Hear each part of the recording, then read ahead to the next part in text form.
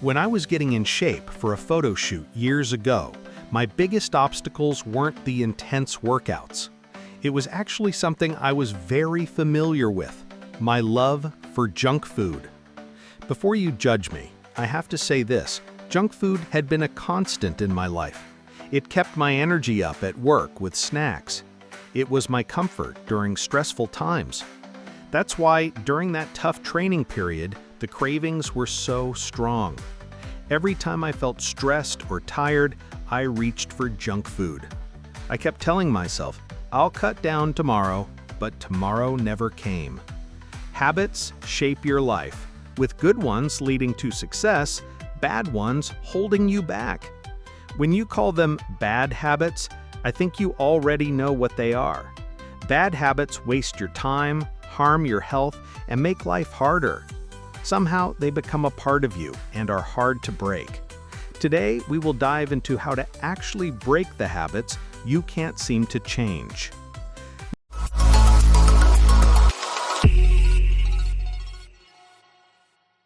Now, before we start, let's address the elephant in the room.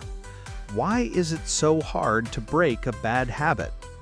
People often think of bad habits as just one simple behavior, but they're much more complex.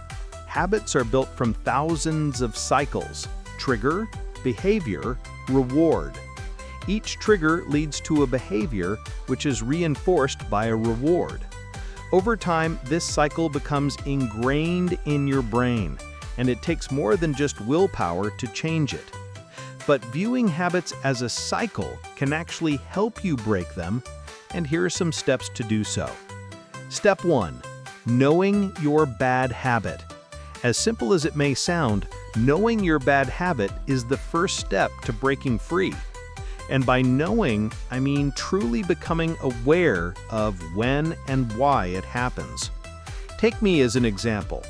When I realized I had a bad habit of snacking, I made an effort to pinpoint the trigger. I spent a few days thinking and writing it down. I reach for chips when I feel anxious. I don't actually eat chips because I'm hungry or tired. I come for chips without my knowing sometimes. How can this help you break your bad habit?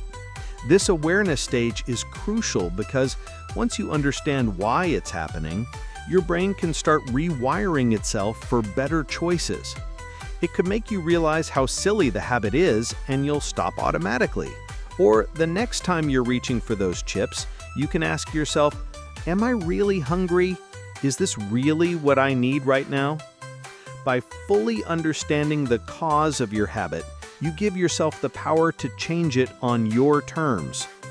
Step 2. Practice mindful doing. Mindfulness is about seeing the entire experience clearly in every detail and noticing how it feels. It might seem similar to step 1, but it requires much more time and effort. Let's talk about a common habit many people have today: checking your phone every few minutes. I know many people who are addicted to the feeling of scrolling even when there's nothing new to see. So the next time you grab your phone, do it with full awareness. Notice the moment your hand reaches for it. Feel the weight of the phone as you pick it up and swipe to unlock it. Do you feel a little relief when you see a notification or message? Does the scrolling start to feel like a mindless routine? Finally, notice the moment you stop scrolling. Are you satisfied, or do you feel a bit emptier? How can this help you break your bad habit? Mindfulness helps you recognize the full emotional and physical experience of the habit. As you observe these feelings, you may begin to see how the bad habit isn't as rewarding as it once seemed. You'll realize that checking your phone doesn't truly relieve stress or give you the happiness you were hoping for. By becoming disenchanted with the bad habit, you'll naturally start to lose interest. Step 3. Embrace the discomfort. If it is a bad habit, it definitely has some discomfort associated with it. Our brains often link habits to pleasure, but to successfully break that cycle, we need to connect those actions with negative feelings. In college, I once had a habit of hitting snooze on my alarm and sleeping in. I mean, most of the time I still managed to wake up just in time later. But one day I was late for a final exam. It led to so many troubles following. That was my final straw to rethink this whole bad habit. It made me feel rushed and stressed, not having enough time to prepare for the day ahead. It made me feel tired throughout the day, affecting my focus and energy, making it harder to stay productive. And of course, it made me miss my final exam. How can you use this to break your bad habit? Once you acknowledge these feelings of frustration, guilt, or stress, your brain will start to associate sleeping in with those uncomfortable emotions.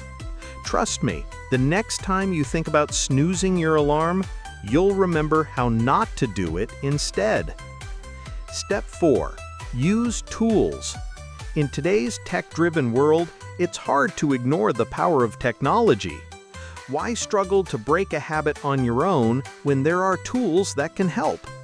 Using apps or reminders can immediately help you counter your bad habits. Take me, for example. I have a bad habit of forgetting to do laundry every night. Even placing my laundry basket right next to my bed wasn't enough to remind me. That's when external tools come in handy. You can use any reminder app out there. Personally, I just use the phone's alarm. Setting a daily reminder is more than enough to build a new helpful habit. Don't rely on memory alone. Let technology and your environment support your efforts and help create a new cycle that sticks. Step 5. Rewarding yourself. Do you remember earlier when I said that habits are built from thousands of cycles? Trigger, behavior, reward? Well, the reward is the final step, and it plays a key role in breaking any bad habit. Let's take the habit of skipping workouts, for example. If you're someone who struggles to exercise regularly, try attaching a reward to your workout. For instance, after completing your workout routine, reward yourself by watching your favorite TV show. You can customize your reward based on your preferences and budget. Maybe a new shirt, an hour of leisure, or even a small treat you love. Remember, it's a treat, not a full meal. How can this help you break your bad habit? The key here is to connect your workout to something you love, so your brain starts to associate the effort with a positive outcome. Over time, as you repeat this cycle, you'll let go of the bad habit, and even better, you'll form a new good habit. Remember, each time you make the decision to stop and take control, it's already a step forward in breaking free from the old habit. Don't get discouraged if it feels tough. Breaking habits takes time. Thank you so much for watching. If this video helped you in any way, feel free to like, share, and subscribe. Remember, with patience and consistency, you'll build better habits and leave the old ones behind.